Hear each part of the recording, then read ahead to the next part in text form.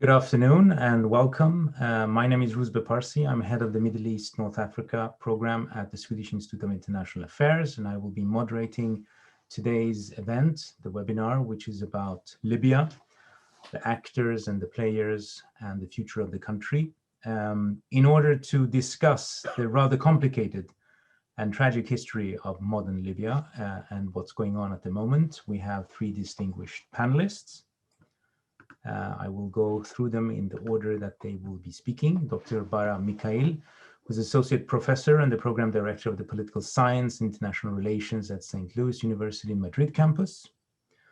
Then Dr. Alessia Melkanji, Assistant Professor of Contemporary History of North Africa and the Middle East, Department of Social Sciences and Economics at Sapienza University of Rome. And last but not least, Dr. Nicola Pete, Director of the Rome and Brussels-based Institute of Global Studies, an independent think tank focusing on Middle East and North Africa. Welcome to all of you. I'm very happy to see all of you with us. For the audience, I can say that if you want to ask questions, please write them in the chat, whether it's through Zoom or the Facebook Live, and we will, as appropriate and relevant, try and address them as we go along in this webinar. Let's first try and give the audience and ourselves an idea of what is going on and the basic parameters of the Libyan conundrum. Barah, could you give us a bit of an background to the conflict and the domestic fault lines? Who are the actors and how are they configured in this conflict? Sure. First of all, many thanks, Rouzbeh, to you, to your institute, to all the team for your invitation and the organization of this webinar or online event, as we like to call it. I'm really very happy and very honored to be with you today and with such distinguished experts. And obviously, I'll make my best to stick to the rules that you fixed to us, which include talking in less than 7 minutes about something that could lead us to more than 7 hours, if not days. So I'll make my best, sticking to some basic points, I would say. First of all, of course, and it is not new, the geopolitics explains structurally the evolutions of the MENA region. This is not new. It's been ongoing through centuries. It's been also very, very clear since the period of the independences in the region. But the fact is that coming to today and focusing on what has been ongoing all through the 10 last years since the Arab Spring came or occurred, what we've seen is that many external actors jumped in the region and jumped in the Libyan situation in particular. But the problem is that instead of being constructive players, they ended up being spoilers. And this explains a lot of the problems that are ongoing in Libya. And I think that on this one, Ghassan Salamé, the former UN envoy to Libya, was quite clear about it, where every time he spoke and talked about the situation in Libya, his point was that the main problem were the external actors that had ended up being spoilers. So from here to point two, what spoilers do we have there? Well, save maybe one exception, the spoilers that were here in 2011 happen to be the same that are active and somehow influenced in 2021. I'm thinking here of Turkey. We tend to forget about Turkey, but Turkey was very active and very present from the very beginning. And in summer 2011, there was a rivalry between Turkey and France and Italy and UK to be the first ones to be on the picture of the liberation of Libya. And that was even before we had found Gaddafi. So this dimension is there. Qatar is also an actor that we hear less about today, but that is still active and in touch with some key actors that go back and forth between either Libya and Qatar or Libya and Turkey. Not to forget also about the fact that from both Qatar and especially Turkey, I won't develop here, maybe Alessia will mention it in a moment, but the fact that you have a strong Turkey-Misrata link, knowing that Misrata is the city of the businessman, that is also explaining how you have this intertwining between economy and politics that goes one side and the other. And not to forget also about the fact that one has to be clear about the fact that Turkey definitely allowed the government of the West that is based in Tripoli, the internationally recognized government headed by Fayez Sarraj, to make the difference. This does not mean that Turkey would be on the right way necessarily, on the right path necessarily, but it's jumping in the situation in Libya, got it to modify, I think, the track that was scheduled from the beginning. What do I mean by here? This is where I go to the eastern part of the country. Russia, France, the United Arab Emirates, of course, and Egypt, a bit up to a certain extent Saudi Arabia, all of these have been backers of the strong man of the East, Khalifa Haftar. And I think that all of them believed in 2019 that Khalifa Haftar could push up to Tripoli and make the difference, meaning taking power and saying, I am the strong man, and everybody believed that this would bring stability or stabilization. When I say everybody, that's because there is also one other actor that I know Nicolas will talk about, but I just mentioned it in one sentence, Italy. Italy has been strongly with Misrata and with Tripoli and developing perspectives there, up to bringing also all this polemic about the way it dealt with some people that were involved in the trafficking of migrants, in the smuggling of migrants. But at the same time, at the beginning of the 2019 war, this last war that we call the war on Tripoli, Italy opened up a bit perspectives to the eastern part of the country before it understood that it had to go back actually to its traditional track.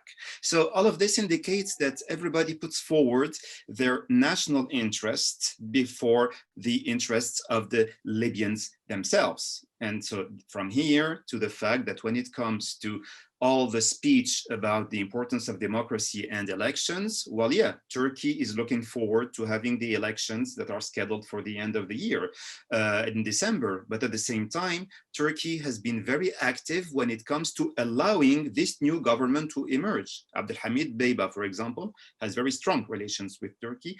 Turkey has been lobbying for him through the Geneva talks and through the Libyan political forum in Tunis. So all of this indicates that there are intertwinings that are an intertwining of perspectives that is there. I know that I can't be long, but I cannot forget and mention also one key dimension, two key dimensions very briefly. One is the security and military dimension, and the other one is the socioeconomic dimension. Okay. Not to forget that, of course, everything is still split in Libya. You have some institutions in the east and the west, not only politically speaking, but also economically speaking.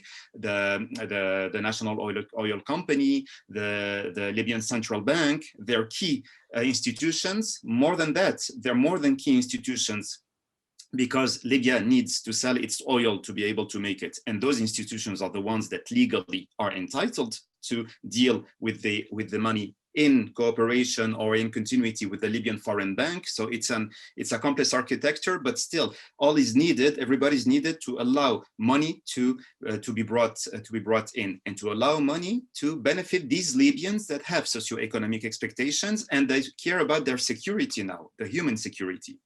So, and from here to this last point, actually, the one related to the military and security situation. There is no army in Libya, westwards, eastwards, or southwards. In the south, you have rivalries, influences developed by tribal representatives or chiefs of communities, the Tubus, the Awlad Suleiman. All of this comes also intertwined with the different interpenetrations that you have at the border between Libya and its southern neighbors. And for example, perspectives between the south and Chad are very important when it comes to the key people that would go back and forth between the two countries.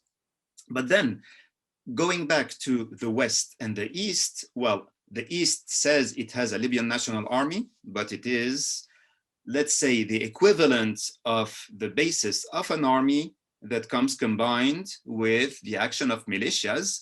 some of them backed by one country or another, some of them that are being also motivated by an ideology. Like, for example, we don't hear so much about Saudi Arabia in Libya, but Saudi Arabia is developing a Salafi ideology called the Madkhaliya, and this Madkhaliya is definitely having an impact on some of the militias that work with the Libyan National Army. And in the West, it's worse than that, because it's only about militias, and it is also about a current rivalry between the current Minister of Interior and the Minister of Defense that has been newly appointed some months ago. So all of this, and this will be my conclusion to stick more or less with the time that have been allocated, all of this to say that we don't have so much focus on the well-being of the Libyans, as well as we have a focus on the rivalry between the people that are in a quest for power. And the only reason why the East is playing the game is that the East is not in a favorite position in the current circumstances. But my fear is that this government, if it manages to hold perspectives, if it manages to have a government validated, and here we have to decide, they have to decide very quickly, otherwise we have some constitutional, a constitutional path, or a legal path, sorry, that has to play. If it doesn't work that way, the problem is that what we will have by the elections of December 2021. And if it works, my guess is that we will still have some rivalries and a weak institution that will have to cope with the situation and to allow it to be maintained, having to deal also with the different influences that come from the outside. Thank you. Thank you. So just something to keep in mind then for the next round is the question, as you refer to yourself, which is the geographical bifurcation, if you will, these geographical splits, and to what extent they are something that can be overcome, and whether this political process that we've seen in Geneva, which has been surprisingly going well this year compared to what people were expecting, admittedly very low expectations, but nonetheless, something that looks like a political process that could move forward. So I'm going to leave that question with you and as something to come back to in round two. Alessia, please tell us, what is the economical conditions for Libya as a country, and who is involved in that? Thank you very much, Roosbeh, for inviting me, and thank you for all the staff of the Institute for this fantastic organization of this webinar. I'm very happy to participate to this online event. And as you say, the economic context of the crisis is very important to understand what happened and the origins of the current crisis in Libya. Especially in this moment, while Libya is moving toward a possible pacification of the 10 years conflict through a new executive authority elected by the Libyan Political Dialogue Forum, supported by the UN. But the country continues to deal with a permanent condition of instability, which of course involves also the economic sphere. Libya's poor economic performance over the past decade represents one of the main drivers of instability in the country, and moreover has highlighted the country's extreme dependence on the oil sector. The importance of the oil and gas industry in Libya cannot be underestimated, since it is the main driver of the Libyan economy and accounts for about 60% for the country's GDP. Competition for control over Libya's oil wealth has been a constant of this period of continuous turmoil. Local actors and their international backers have weaponized the oil sector, deploying production shutdown and export disruption toward political, financial, and military ends. What is the result of this? The result was that oil revenues have become insufficient to cover a rising public sector wage bill, and fuel subsides since 2014, leading to ballooning fiscal deficit, double-digit inflation, and the depletion of international currency reserves. This is a very particular and complicated economic situation that Libya has to deal with. Moreover, the creation of parallel branches, as Barah underlined, there are the two branches of the Central Bank of Libya and of the National Oil Company, one in the west and another in the east. With the Tripoli-based institutions internationally recognized as the only with the task to manage oil sales and oversee the allocation of state funds. And this situation, this complicated situation, contributed to increase the conflict between the two rival fronts. After and the Eastern governments always accused Tripoli of mismanaging hydrocarbon revenues and state funds, using them to fund militias taking the GNA, the Government of National Accord, and failing to carry out reform to stabilize the economy. But the problem was that after has always been controlled oil production, but not oil revenues. This was the problem. And the pivotal element in Libya is always been to avoid that political tensions and military confrontation might provoke a blockade of oil fields and terminals.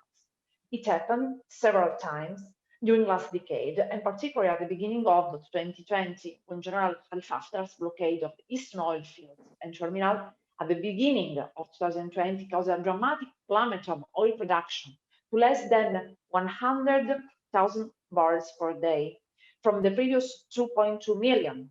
And oil production data show a loss of more than $10 billion in oil revenues.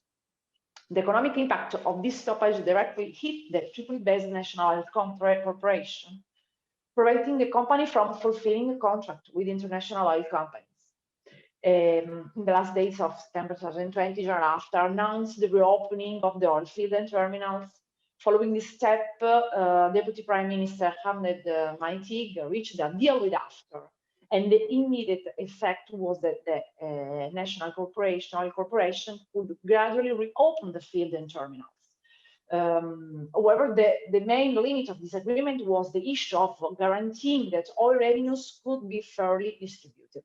And currently, this appears far to be achieved. So it appears evident how the success of the political process is essentially based on eventual agreement in the economic sphere, which could lead to a general improvement of the economy and social condition in the country, which is now on the verge of collapse. And in this context, it's easy to imagine how there are still opportunities for spoilers to derail progress toward a permanent political settlement. The new executive seems born with fragile bases, which could obstacle the creation of a real national unity among rival factions, and at the end of the foreign powers' interference in the crisis. Maybe I prefer to stop here and maybe go further for another debate in the next round. Thank you. Thank you. So if I understand correctly, then what we're dealing with is a situation where this kind of military control of different geographical spaces and the fact that obviously oil is not distributed evenly in the country means that one party has the oil, perhaps not the ability to sell it, but then it becomes the question of who is buying. And as you've mentioned, both Italy and France have shown quite a lot of interest in the oil coming from Libya. How is that playing out in terms of the rivalry between them? Because which I think Nicola will also address when we get to him in a moment, the European Union has not exactly had a unified position on what to do in or with Libya. So I'm going to leave that question with you and we'll get back to it in the next round. Nicola, so could you help us understand exactly what it is insofar that there is an EU position, but then also specifically Italy and France being two of the more active participants on the European side? What are their positions and what are they up to? Well, dear Roosevelt, thank you very much. And let me, first of all, really thank you for the invitation today. It's really a pleasure to be here with so many colleagues and friends talking about Libya. Well, in my opinion, addressing the issue of the European role in the complex Libyan crisis requires to divide the subject into two parts. On the one hand, the role of some individual European countries, and on the other, the resulting role of Europe as a unitarian system. Well, in both cases, I'm afraid I must admit that the balance of these roles is rather modest, ambiguous, and often counterproductive for the stability of Libya, as we have seen in the last decade. Let me just make a brief historical digression to recall how the nature of this relationship between Libya and Europe, and especially between Libyan Europeans, single individual European countries, evolved. In my opinion, these relations have not really evolved or changed that much with the events of 2011. Europeans' relations with the Gaddafi regime, if possible, were even more murky and ambiguous than today. You will certainly remember, I imagine, the embarrassing images of Gaddafi's visit to Rome in the occasion of the signing of the Italian-Libyan Friendship Treaty of 2009, and those a couple of years before in Paris. All that shortly after, in January 2011, all these obsequious reverence for the dictator turned into opposition. It became openly a conflict. It became an open campaign against Libya. The initiative for the crisis that led Gaddafi's downfall came mainly from Qatar, albeit with the explicit and tangible support of France. To a lesser extent, we can also include Britain in this phase. And Italy found itself completely displaced by the attempt to topple Gaddafi in that moment. And I remember it was forcing Prime Minister Berlusconi to adopt desperate and unintended decisions. The failure of the political and military operation led by Qatar and France then required the intervention of NATO in order not to fail completely and above all not to allow Gaddafi to recapture Benghazi when, as you remember, he was really at the gates of Al-Jabiya. It was really near to Benghazi again. And so in order to avoid the revenge of the regime, there was this unprecedented and quite ambiguous alliance around NATO, where we, in a sense, forced also the US in joining this operation, a US which was not really interested in doing that. But once again, the Europeans failed to understand the evolution of the Libyan political dimension and were overwhelmed mainly by the concomitant prevalence of interests outside of the region. And as you already said, there were several actors outside which had a much more strong and clear idea of their own strategy over the Libyan conundrum. And this was Qatar and the United Arab Emirates at the beginning. Qatar's attempt to favor the rise of the political or part of a political elite expressed also by the Muslim Brotherhood, or at least not to hinder it, led to the entrance of the United Arab Emirates into the Libyan crisis through the support of Egypt and the political military components of the Benghazi political sphere of interest and the ambiguous figure of General Khalifa Haftar. As Mikail already remembered, what was called the Libyan National Army, this what was a quite self-referential name given by Khalifa Haftar to a mix of gangs, a mix of factions fighting on behalf of Khalifa Haftar. But we cannot really talk about a national army of Libya in Benghazi in that moment. And Europe, therefore, found itself playing the role of a mere gregarious in Libya, further condemning its already modest and unitary role, thanks to the individual conduct of three actors in particular. And these actors were Italy, France for sure, and to a lesser extent, Germany.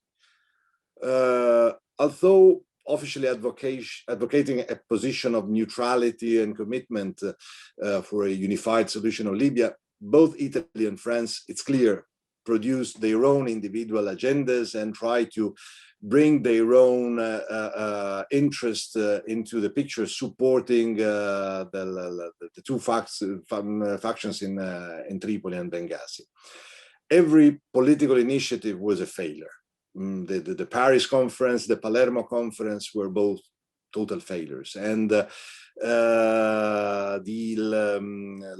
competitive agenda which emerged from this conference led to to an additional problem, which was the incapacity of the European Union as a body, as a government, to produce an independent, more general vision over the Libyan crisis. So when it comes to the German initiative with the Berlin Conference of 2020, although it was probably better than the others, there are several, both in Libya and outside, which are sustaining today is that what we have achieved now, it's because of the Berlin Conference. Honestly, I don't know if we can sustain this vision of and this consideration of the Berlin Conference, but certainly they've done a better job in trying to put together the different element of this complex conundrum. But once again, the problem that we have to deal with in the most recent past was the role of General Khalifa Haftar and the last phase of its activity against Tripoli. I'm not sure that the attack on Tripoli, that the last military campaign that he has organized in trying to conquer Tripoli was coordinated with Egypt and the United Arab Emirates. And I think that these operation and the failure of this operation was the beginning of the end of its relationship with both the Emiratis and Egypt. They have no alternative at the moment. It's difficult to find someone on the other side which could be playing this role on their own, but the relationship with General Khalifa Haftar from its main sponsor changed a lot with the failure in Taruna first, and then in the overall military campaign in the recent past. And this led to the final phase where we are, where the entrance of Turkey and Russia, these new actors. I agree with Barah when he said that Turkey was there since the beginning, but this was not there as a military entity. And when they entered with all their power, with all their capacity, on both sides, because also Russia, it's basically saying that they are playing with, well, they are there with a private company, but there is state of the art of the weapons of both Russian and Turkish army deployed on the ground. So they really made the difference at the end. And again, Europe fall in the trap of dealing with two strong actors, trying to promote an agenda which was already driven by others. So in short, therefore, what I want to say is that the weakness of Europe as a system in Libya as elsewhere has unfortunately been burdened by the modest and ambiguous visions and capacity of some of its individual member states. And on this, I will include also my own country, Italy. It's not the only one, of course. France probably also played an even worse role. But the result is the one that we have seen today. We have prevented the European Union playing a bigger and better role, and we have penalized Libyan stability first and foremost without achieving any major result nor for us nor for the European Union. And I will finish here. Thank you. As you mentioned, obviously both France and Italy have been, in a sense, active participants in all aspects of this, and there is almost a peculiar dimension also of corruption, political corruption, economic corruption, when it comes to dealings with Libya that precedes obviously 2011, has as much to do with Gaddafi as anyone else.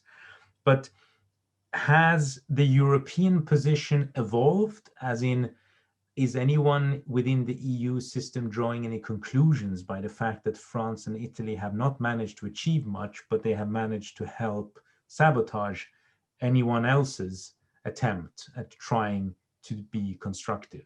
Or are they as stuck as all the other actors? That is, the EU equation is the same as it was 5 years ago or 10 years ago? Want me to answer it now? Yes. Okay. I'm throwing this at you at once. Okay. Well, I can see a real change, honestly. There is an attempt to speculate on the fact that thanks to the Europeans, thanks to the European Union role, this last phase of this last political evolution, also the UN guide has been possible. That is also because of our effort. Honestly, I don't think that Europe has changed that much. No other actors really played any major role. The level of the debate and the narrative which have been used in Europe in order to characterize the Libyan crisis have been always the same, which is detached from the reality of the Libyan crisis, by the way.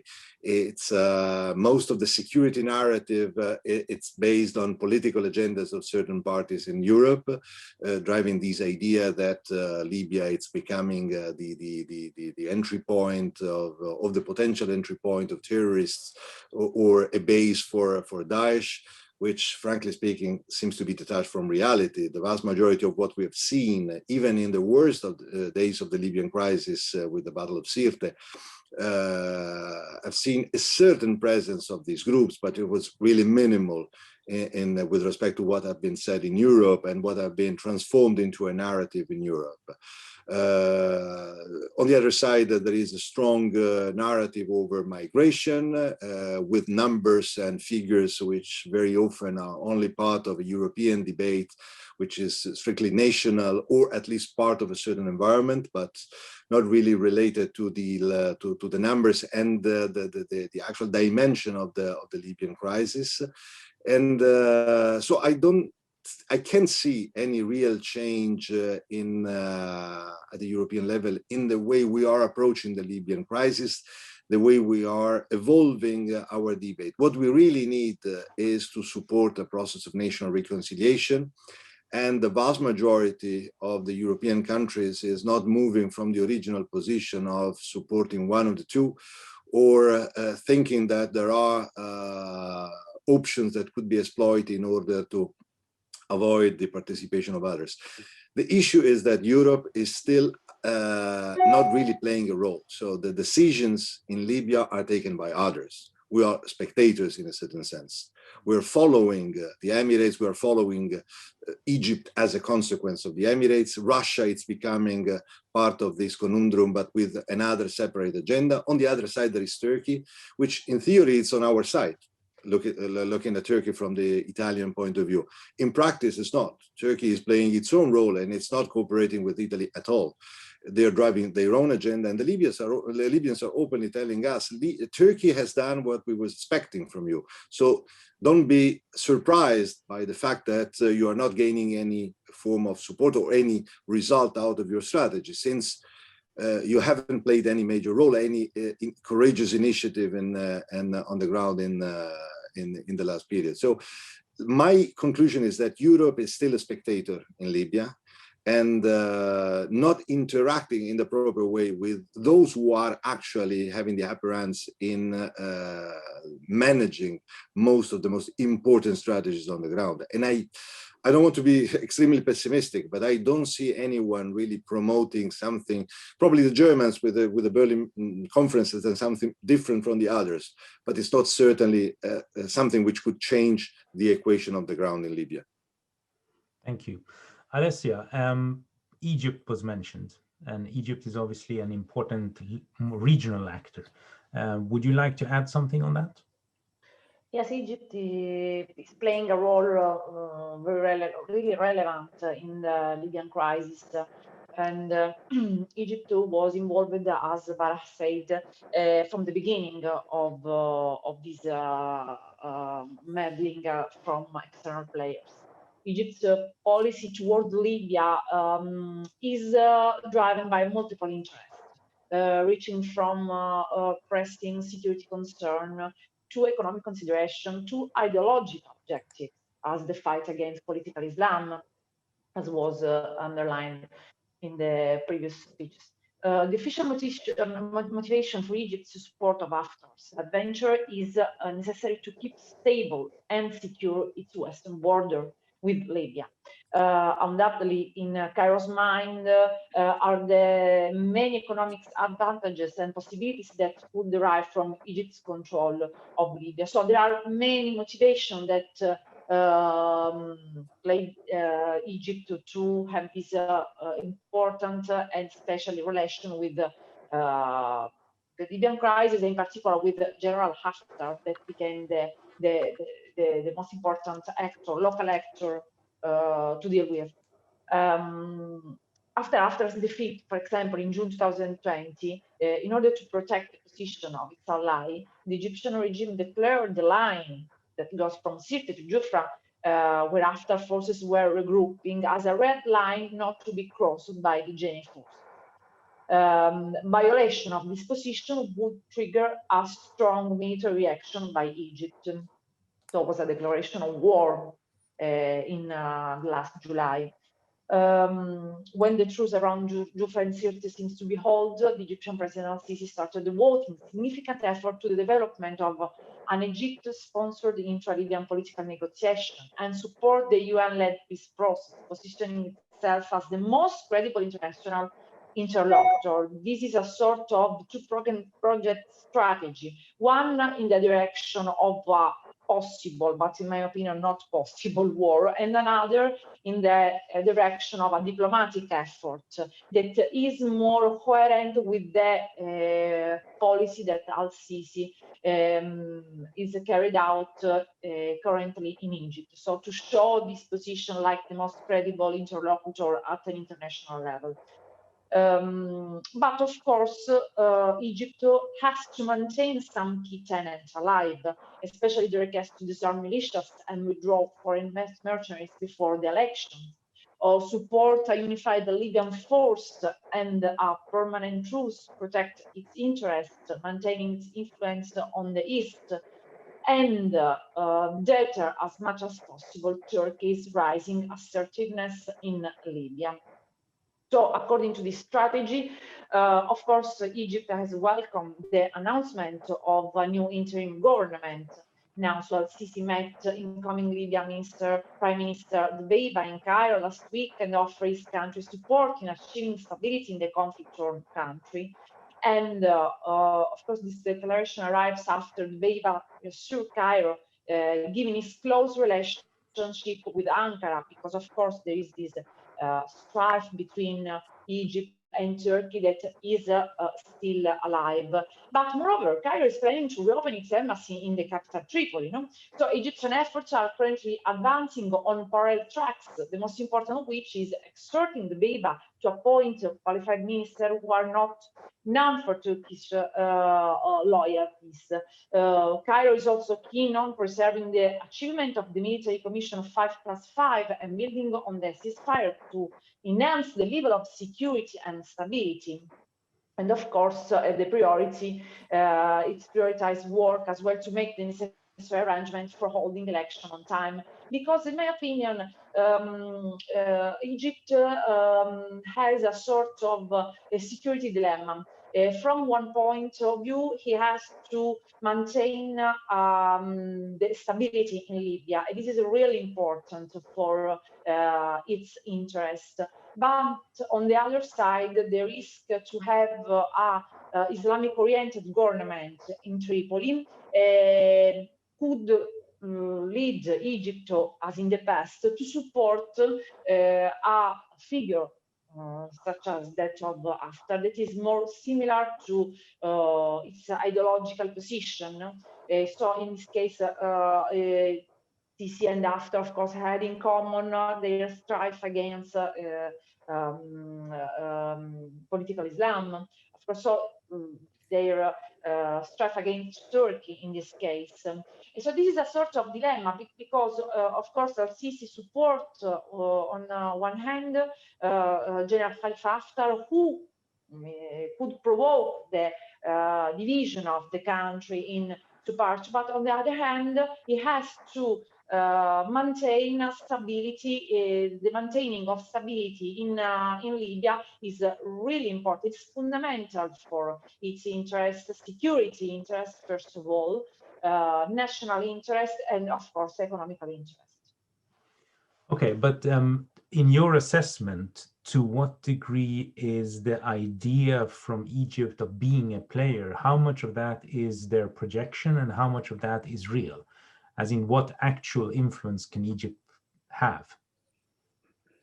The influence that Egypt could have, I think that was stronger in the past, when there was a more stronger tie with after.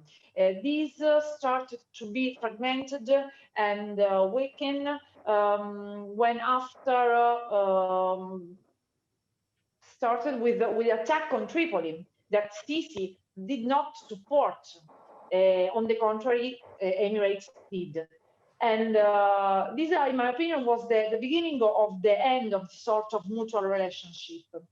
And this was the reason why Egypt decided to support for the last time after, with the Cairo Declaration in June, trying to achieve an agreement between the two parts and try to save his friend Khalifa Haftar. But as we know, this was a failure. And from that moment, Al-Sisi decided to adopt a more feasible and diplomatic solution. So abandon, if possible, to use this term, abandon after, and also try to find another type of direction respect to the first alliance with the Emirates and Saudi Arabia, because Sisi don't want to be the junior partner in sort of alliance. So he tried to be the first who opened a new sort of diplomatic road in Libya. In my opinion, Sisi have a more strategic posture in the Libyan crisis that the Emirates, that are convinced only with that the strong way to operate in this type of crisis is the best type of solution. In my opinion, Sisi have a more more strategical and a more long-term type of strategy in Libya. He also has no choice because they're neighbors, while the UAE can always, go elsewhere. Exactly. Barah, we have now been almost confusingly talking about a lot of actors with various positions and motivations. But in your assessment, how strong are all these actors? Is there any winning configuration here, or is this a kind of an eternal checking of each other where no one will be able to move forward because everyone else counterbalances any such movement? Thank you very much, Rusby. Can I just quickly go off on what Nicola and Alessia said on some points, maybe? So maybe just one, I'll start with the last thing that I noted down, actually, when it comes to Egypt. I think that one big problem that there is for Egypt is that the Egypt of Sisi is not anymore the Egypt of Nasser, meaning that there is a dependency from external actors, a dependency from Saudi Arabia when it comes to funds, a dependency from the Emirates too. So this, I think, is limiting for the room for maneuvering that Sisi has. And it comes together with something that Nicola mentioned before that is also key, and that also Alessia actually mentioned now, the weight of ideologies. We shouldn't forget about this. Turkey and Qatar have, I think, an agenda that connects with the Muslim Brotherhood. And this has been proven all through the 10 last years. Up to today, when it comes to the different groups that have been trying to influence either Fayez Sarraj and his outgoing government, or Al-Manfi or Abdul Hamid Beiba, the new prime minister, the Muslim Brotherhood has been around, and they are being backed by Turkey and Qatar, and there are links, and there are trips, and there is influence, and there is media, satellite channels. So this dimension actually has been key in the evolutions, I think, of the 10 last years. And this is where somehow Qatar has revealed its true face. Look at Al Jazeera, the tone that it had up to, before 2011, and the fact that its cameras were the first ones to show that Gaddafi was not anymore in his place in Al Azizi, etc. All of this, there is a connection that organizes there, and that comes together with the fact that, and I'm talking here about all what I've been following and working on over the 10 last years on Libya, there are obvious links that lead to this Muslim Brotherhood connection and the fact that they want. And there have been many Islamist actors that have been very influent. Thinking of Belhaj, for example, that was one of the key military and political personalities up to some years ago. And I'm thinking also now of Fayez Sarraj. Fayez Sarraj is a nice picture that we see, but next to him, yeah, many people are connected to this ideology. So all of this also to connect it with what, and I'm trying not to be long, but with what Nicolas has been saying about the UAE and Egypt. I am not sure that they did not support Haftar with the 2019 war, because on the contrary, be it in Tarhuna or be it in Brak al-Shati or be it in Jufra, there's been a proven presence, not only for some Emirati trainers that were there for some people that were part of the LNA, but also Egypt was, and this is where the geography is important, Egypt was providing ammunition, providing also armored vehicles, and also sending planes all through part of the Libyan territory. So the connection was there. And I think that there is an Egyptian dependency to the United Arab Emirates by nature. But it's true also, as Alessia mentioned, that lately we've seen Egypt taking some distance and trying to connect with both parties.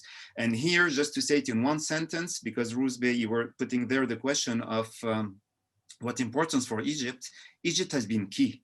Egypt has had a lot of meetings between key military and security persons from Libya, from the east and from the west. They were at war officially, and they were meeting in Cairo and Alexandria in reality. So I think all of this also has an importance there. And I don't want to forget about the importance of migrations. It is true that we exaggerate things seen from the European Union, and we tend to put zeros behind the numbers that are the true ones. But still, there is a tragedy, definitely. There is a situation that nobody is able to cope with, to deal with. The Organization of International Migrations, the HCR, as well as the guard coasts in Libya, and the entities that are responsible for what they call the centers of welcoming, which are actually bad places where people are suffering, diseases are being developed, sometimes they don't have to eat. This is a harsh reality that we have for migrants, which majority comes from Africa, from African countries, I mean, southwards, not really eastwards, and that are trying, I mean, most of them actually, apart from escaping their situation in their own countries, then they want to escape the situation they're facing in Libya, actually. So there is this human tragedy, definitely, that is there. And I won't say anything about Frontex and all the polemics that we have about it that is ongoing, etc. So sorry for being a bit long maybe on these points, but I just wanted to add them actually to the debate, and I'm happy discussing them also with everybody. So how strong the actors? Here I will just confirm what I was saying before, and I forgot to mention the role of Russia, actually, true, when it comes to the evolutions. Wagner, this militia that is still present in parts of southern Libya and in part of eastern Libya, but especially in southern Libya. All of this is important. But I think that at the same time, once again, I think the big winner, if there had to be one, it is Turkey. And even all the brokering that has been on the nomination of this Beyda government is also based, this is speculation from my side, but I think it's based in part on a deal between Russia, that has been supporting Haftar, and Turkey that has been supporting Sarraj, meaning that somehow they connected to a point and said, okay, we have to agree to a kind of formulation. It does not mean that Russia has been as influent as Turkey. I think that Turkey definitely, look at the new prime minister. One of his first statements was to say, our relation with Turkey is gonna keep high quality. Then one of the members of the presidential council that used to go from Turkey to Turkey from time to time, but without knowing really key persons, went and had high-level meetings, and one of his statements was that we're going to keep with a strong relation with Turkey. And Turkey insisting that it wants the conditions of the agreement that they signed in November 2019 to keep on going. So Turkey wants to build capacity. Turkey is very present at the electricity level. We're forgetting about this, but Libyans need electricity. They have cuts every day. Company number one that is investing and has doors opened by, has had doors opened by the Tripoli government is Turkey. The TPAO is very present on oil perspectives. It's going to have even more. Turkey is also benefiting from contracts that had been brokered under Gaddafi, but that had been frozen, the way it goes for Russia or other countries. So all of this to say that if I had to retain one actor, it is Turkey, followed by Qatar, and they come together. And then if I had to mention or retain the actors that have, I mean, actually, Italy is part of the countries that are winning from an economic point of view, actually. And from a political point of view, somehow I would say, because they're benefiting from the perspectives that are going on the Western side of the country. But there are great losers so far. There is the European Union, yeah, absent totally, unfortunately. There is France, it bet on the wrong horse, and my feeling is that it's keeping beating on the wrong horse. I'm not sure it disconnected totally from Haftar. Russia, I think, is trying to fill the void that has been left by the US, the way it did in Syria. And the UAE, yeah, there is always, I mean, the UAE has an option in hand. It has a guy actually that was a former Libyan ambassador to the Emirates, Arif al-Mayed, his name is, and it has been trying to push for him to be prime minister or president even. It has not worked up to now. It's true that the Emirates give the impression that they've lost some of their capacities, let's say, when it comes to the political track. But there, maybe I will be a bit kinder if I could say that's what Nicolas said about Germans. I think the Germans have good motivations when it comes to getting to stability and helping brokering relations between the different protagonists in Libya. And what they've done hasn't been huge, but it's been important. The Berlin process, the fact that they were bright into saying we have to disconnect the actors from the spoilers of the outside, all of this contributed somehow to have something that is a bit more positive. Okay, if I could add just one little word about the US. I'm fascinated by the US, because I think it's one of the few opportunities that we have where we can talk about a relatively positive role for the US in the region. Why? Because Stephanie Williams, she represents the UN, she's American too. I'm not sure that she's been contradicting the US agenda and the fact that she's been brokering a deal that is promising. It's not the wow deal, but it is promising.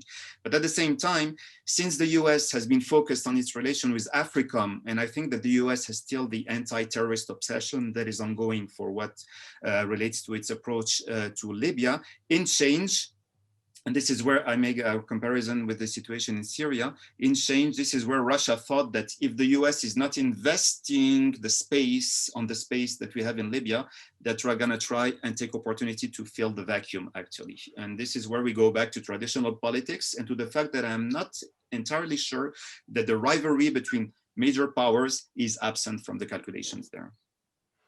Thank you. Okay, I want to give Alessia and Nicola a chance to respond if there is anything you agree or disagree with. And then I want to try to kind of focus the lens a bit more on the Libyans and Libyan society and how it's faring under all of this power games. Alessia, Nicola, would you like to add something or disagree or develop anything? If I may, just a comment. Yeah. Sure. Answering to Barah. Egypt, it's true what you said, Egypt and the Emirates participated in the offensive over Tripoli, but they did it in a second phase. They were not supporting Haftar at the beginning of that operation. And Egypt was openly complaining, even with us, which are on the other side, that because of the arrogance of Haftar and this crazy idea of attacking Tripoli with his own army, he provoked the entrance of the Turkish army on the ground. And the Emirates has a different role in that operation. They supported Haftar, but they moved most of their forces out of the Libyan territory in that moment, because they was not willing to be involved at all with all the set of accusations, and especially the accusations related to the violations, systematic violations of the embargo. But they entered into a second phase, and they entered when it was too late. And in fact, they couldn't play any major role. When the Turkish forces arrived there, and especially when the Turkish forces arrived with anti-aircraft capacities on the ground, it was over for the others. The only real weapon they had in their hands at that time were Egyptians and Emiratis planes and the drones operating over Taruna and over Tripoli. With the arrival of the Turkish capacity on the ground in anti-aircraft capacity, I mean, the operation on the ground was ceased to have any further, let's say, support or capacity of advancement. And this was the beginning of the real end with the collapse of Taruna. And one last issue on what you said about the role of Egypt and its connection with Saudi Arabia and the Emirates. That's one part of the biggest, one big part of the problem. The fact that Egypt has its own agenda, the regional agenda, they are trying to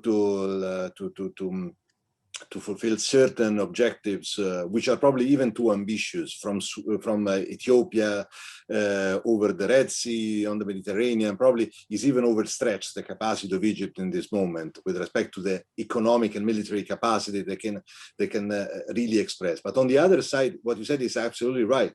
They need to stay within these front of alliances with the Saudis and the Emirates, because without their financial support, Egypt is in big, immediate trouble.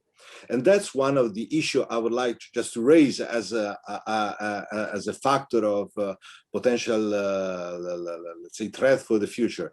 There are changes in the evolutions, let's say, but in a natural changes in the relationship between Saudi Arabia and the Emiratis.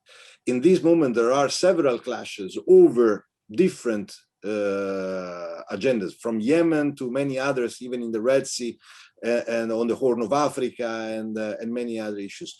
If something happened in these common agenda, and if something happened in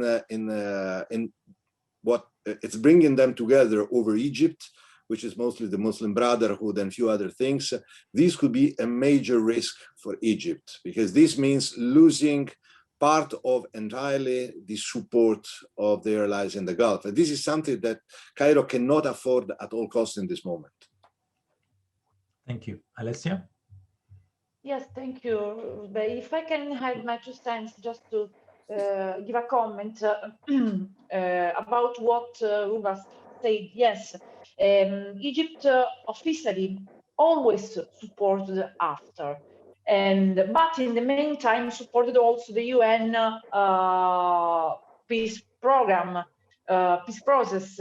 I think that Egypt's attempt to work with Tripoli represent, especially now, a recalibration of policy after the failure of Haftar's campaign that create more than one embarrassment to the Egyptian administration. And this is also the reason why Al-Sisi, just this summer, the last summer, started to align with Saleh, with Aguila Saleh, supporting his more diplomatic stance toward the West. The LNA offensive on Tripoli, which lasted for over 1 year, has been catastrophic in the eye of Egypt. And Egypt was particularly upset with Haftar over what is perceived to be a lack of commitment to political and security cooperation between Libya and Egypt. And that difference in strategy also extended to the Emirates' position, more aggressive compared with the Egyptian one. But we need to consider that Al-Sisi is continuing to support Saleh now, that will likely oppose a unity government that he lost out on. Moreover, this part could be not sure that Cyrenaica's interest will be sufficiently represented in the new body. Moreover, there is the problem of political Islam, as stated before.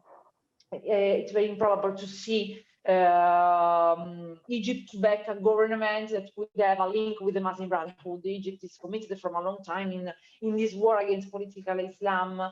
And of course, in this fight, Cairo finds some strong friends, such as the Gulf markets and, of course, Haftar. I think that now the Egyptian position is very particular because we, in my opinion, we had to think also about the changing stance of the Emirates and Saudi Arabia regarding Qatar. The open dialogue, no? The new dialogue that was created after the ban on Qatar. And we need to consider that Egypt opened to a reconciliatory move regarding Qatar. No? So this could lead to a more appeasing behavior regarding Turkey, as this condition could also enforce the Egyptian new stance as diplomatic mediator between the east and the west of Libya. A lot of analysts and rumors say that Egypt started to speak with Turkey in a less aggressive way than in the past. In my opinion, it's improbable to think about a real approachment or a common strategy between these two countries, because there are a lot of other crises that link these two, Egypt and Turkey, also in the Eastern Mediterranean or in other parts, of course.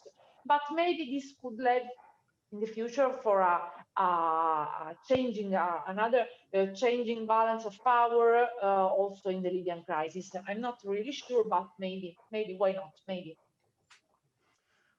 Okay. We have now, from various angles, tried, or you have tried to illuminate what the positions of the countries and the various actors are vis-a-vis what's happening in Libya. But what about Libyan society? Are there, Libyan civil society or various political groupings? How are they relating to the political process in Geneva, and the fact that all of that is happening partly then within the confines and frames of having these external actors as well? To what extent is there? I mean, this is a banal question in a sense, because obviously there's agency in Libyan society, but how does it manifest itself, and how can it compete, if you will, or survive the competition of these external actors? Barah? Yeah, I can give it a try. I mean, from what I know and from what we monitor, actually, I mean, from what I monitor, either in the trips that I did in Libya or also through the network that I work with there, we cannot, I mean, we have one expectation that is the same from all the Libyans, eastwards, westwards, and southwards, which is the fact that, this is what I mentioned before, they want stability and security, starting with human security. They want electricity, they want to eat, they want to drink, they want to be able to travel from one place to the other using their cars or using buses or whatever you could expect without being stopped or kidnapped or whatever can happen. So there is a strong situation of insecurity still. And it's not only in the south. The south is very dangerous taken as a whole. I mean, the Fazan is very dangerous taken as a whole, but also in the west, in the east, on the coast roads, there are dangers that impede them from being able to move, I would say, in a traditional way. All of this in a context where, yeah, there is a lack of electricity that I mentioned before, the lack also of fuel, and the lack of money. Even the people that have money in the bank, actually, they don't always have access to liquidities. This is a big problem also that we are facing. So recently you have an agreement that happened so that at least there would be a stabilization of the change rates between the dollar and the Libyan dollar. Okay, this is a good step, but at the same time, COVID struck, the country, sorry, was totally paralyzed, and this has an impact. So this is one of the aspects I would say that is strong there. Then the other one that I don't want to forget about is the fact that the Tripoli war, or the 2019-2020 war, I think accentuated the divides between some people and the others. So you have this kind of, it's not a bizarre combination. I think it makes sense. Like, I'm not sure that the Libyan feeling of national belonging is behind us. Like, Rouzbeh, you were mentioning the notion of separation, of fragmentation before. well, it's more a separation than a fragmentation, but it's not new. Gaddafi himself did not manage to bring the three traditional regions together. King Idris before him, the same. So this exists naturally. And it comes combined with a very complex network of tribes, of clans, of ethnic belonging. All of this has a role, of course. But still, I think that broadly speaking, Libyans, and it's much more about the West and the East, the Libyans of the West and the Libyans of the East do not hate each other, but especially the Libyans of the West hate the main institutions, the security institutions of the East, starting with Khalifa Haftar. Here, there is a no way for them. They don't want to see these people in any political track or any political or any agreement on a new formulation. When it comes to people of the East, my feeling, and that's what I understand through the people I worked with too, is that they're still more open to the West as an institution. Like, of course, once again, the people, no problem. But when it comes to the institutional part, I think that Haftar caused a lot of divide within his own people, or within the people that are in Cyrenaica. So all of this makes it, I mean, the positive point is that my guess is that if everything goes well and we have elections in December, I expect a fair turnout to be there. Not like the last elections where the turnout was very low. I think there are expectations and people really believe that they could move forward, but they don't believe at the same time that elections are the only solution, or that a new constitution that they would agree on would be the only solution. They're also aware of the fact that at the moment we're speaking, we have a lot of people that are in key positions. I'm thinking, for example, of the president of the parliament that expected to be one of the key executive persons. And the fact is that he had to justify the fact that he was not selected by saying, you know, I wasn't so interested. They forced me to present myself to the process. Okay, so all of this will not be left behind us. And and I'll stop here, the only dangerous part of it is that we still have an equation where many people or many leaders have their own bases, and many leaders may try and bring their bases to their own stance. So if there is no global agreement between the top representatives of the political and military and economic process, the problem is that they may have an influence on some of their bases and then keep things stuck for a moment still. Thank you. Would anyone else like to chip in on this? Alessia?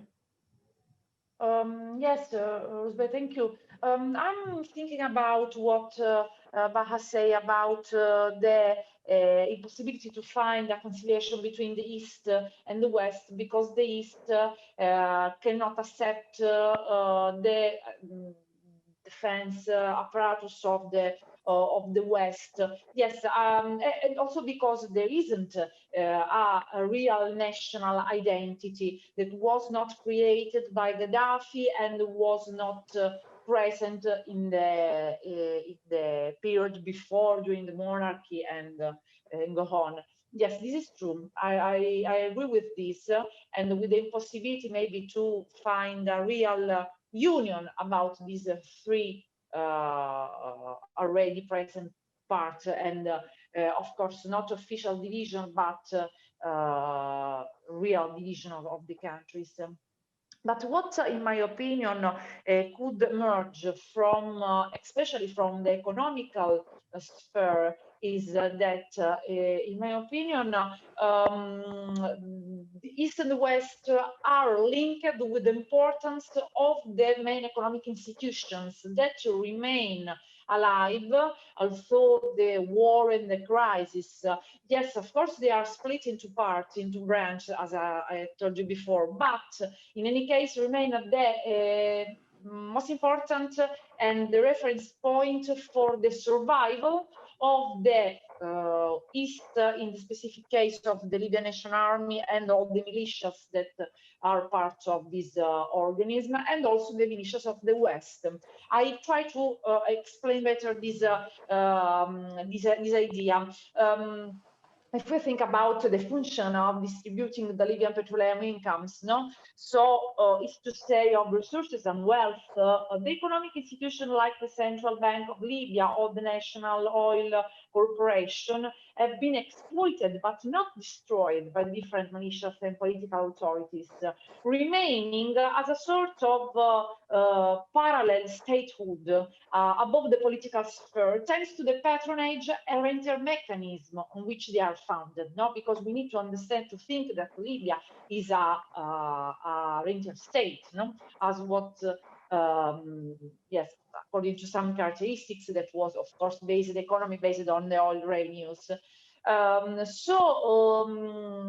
Libyan Central Economic Institution represents a patronage machine capable of co-opting their clients through the distribution of resources or favors, making the militias a sort of stakeholders who benefited in terms of position and salaries from the current economic system that has to be protected by political interferences. So in my opinion, yes, there are important dividing between the East and the West, but what remain important for both sides, in my opinion, are the economic institutions that represent a sort of, yes, parallel statehood, if you want, that remain alive despite the war, despite the conflict, and of course are at the center of the dispute, the current dispute between the two parts now, and remain maybe the most difficult obstacle to deal with if the peace process want to be successfully.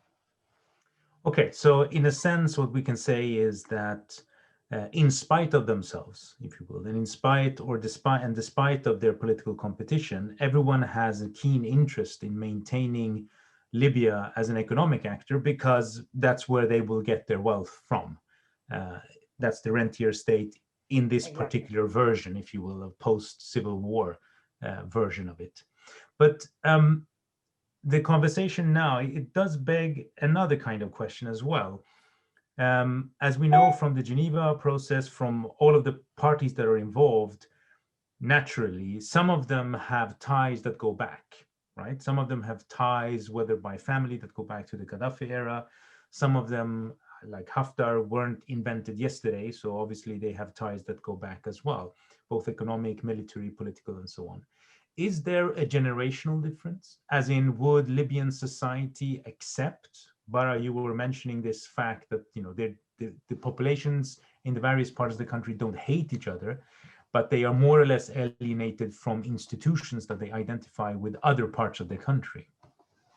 But when we are dealing with any kind of reconciliation, which is perhaps a big word to use, we're not there yet in the Libyan case, but we're at least dealing with an attempt to mend fences sufficiently to be able to have a unitary political process, rather than an Eastern one and a Western one and potentially a Southern one, but one political process, in order to try and keep the country together and find a way where they will battle out their differences through the ballot box rather than on the battlefield.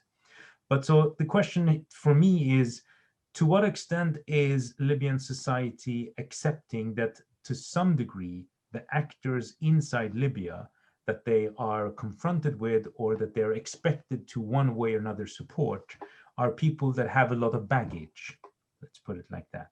Both baggage that goes back to the Gaddafi era, but also baggage that they have accrued in the last years through their behavior in the civil war. Is there, if you will, a youth cohort who want to see all of these people retired, or is everyone kind of reconciling themselves that this is the only actors available to kind of put your ballot on?